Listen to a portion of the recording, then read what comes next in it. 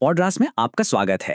यहाँ हम जीवन बदल देने वाले विचारों और गहरी सीखों को सरल भाषा में समझते हैं। पार्ट 1 में हमने जाना कि वर्तमान क्षण की ताकत क्या है और यह हमें तनाव और चिंता से कैसे मुक्त करता है। अब पार्ट 2 में हम और गहराई से समझेंगे और जानेंगे कुछ प्रैक्टिकल तरीके जिनसे इन आइडियाज को अपनी जिंदगी का हिस्सा बनाया जा सकता है। तो आज का हमारा सफर कैसा रहेगा? सबसे पहले हम बात करेंगे दर्द के उस अदृश्य बोझ की जो हम सब उठाते हैं। फिर हम भीतरी शरीर को शांति का दरवाजा मानकर उसे खोजना सीखेंगे। इसके बाद हम समझेंगे कि सरेंडर यानी समर्पण क्या है और आखिर में देखेंगे कि इन सबसे जिंदगी में सच्चा बदलाव कैसे आता है। चलिए शुरू करते हैं हमारे पहले पड़ाव से, दर्द का अदृश्य बोझ। हम सबने कभी ना कभी इमोशनल पेन महसूस किया है ना? पर सवाल ये है कि इसकी जड़ें हैं कहाँ? आइए इसे थोड़ा समझने की कोशिश करते हैं। कभी सोचा है कि पुरानी तकलीफें बार बार लौटकर क्यों आती हैं? मतलब वो गुस्सा, वो उदासी, भले ही हालात बदल गए हों, लेकिन वो फीलिंग्स लौट आती हैं। इसके पीछे एक बहुत खास वजह है। एकहार्ट टोले अपनी किताब में इसे एक नाम देते हैं, इमोशनल पेन बॉडी। ये है क्या? ये हमारे अतीत के उन सभी दर्द भरे अनुभवों का एक कलेक्शन है जिन्हें हमने कभी पूरी तरह से फेस नहीं किया या एक्सेप्ट नहीं किया। सोचिए, ये एक तरह की नेगेटिव एनर्जी है जो हमारे मन और शरीर में घर बना लेती है। अब सवाल ये है कि ये पेन बॉडी काम कैसे करती है। देखिए, इसके दो स्टेट्स हैं। एक है डोमेंट मतलब शांत और दूसरा है एक्टिव। ज्यादातर समय तो ये सोई रहती है, पर कोई भी छोटी सी बात, कोई ट्रिगर इसे एक्टिव कर सकता है। और सबसे अजीब बात, इसे जिंदा रहने के लिए और ज्यादा दर्द चाहिए। ये दर्द पर ही फीड करती है।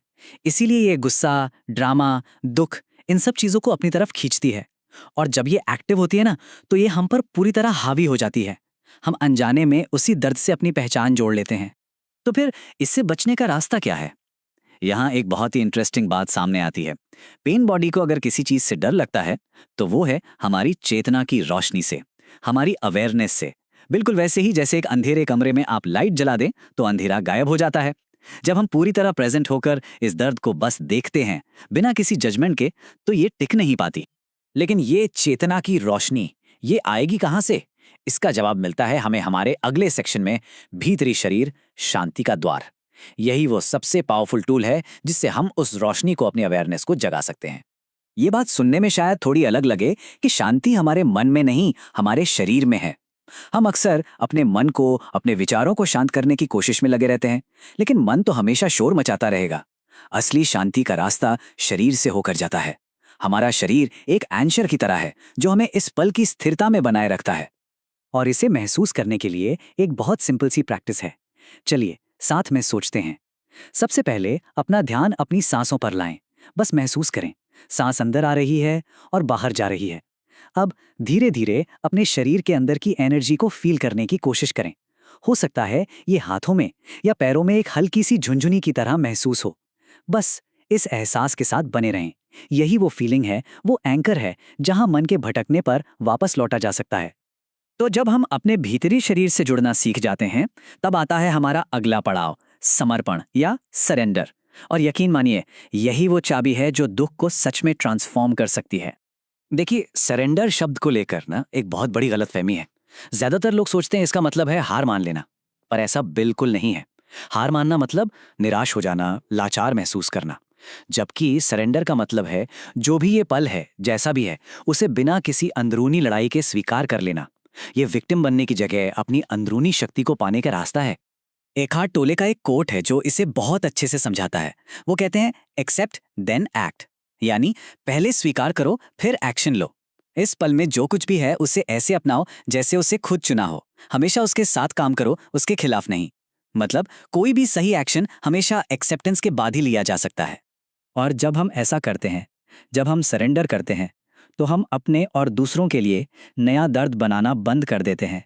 हम अपनी पेन बॉडी को फीड करना बंद कर देते हैं और उन मेंटल ड्रामा से बाहर आ जाते हैं जो हमारे दुख की असली वजह है।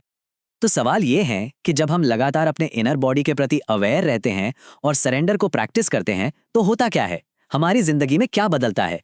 चलिए अब बात करते हैं जीवन में आने वाले सच्चे बदलाव की।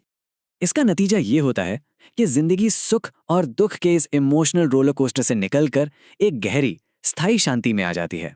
जीवन में उतार चढ़ाव तो आते हैं, पर अंदर एक ठहराव आ जाता है। और ये बदलाव कई स्तरों पर दिखाई देता है। हमारे रिश्ते जो पहले अक्सर कॉन्फ्लिक्ट का कारण बनते थे, वो एक स्पिरिचुअल प्रैक्टिस, एक साधना बन जाते हैं।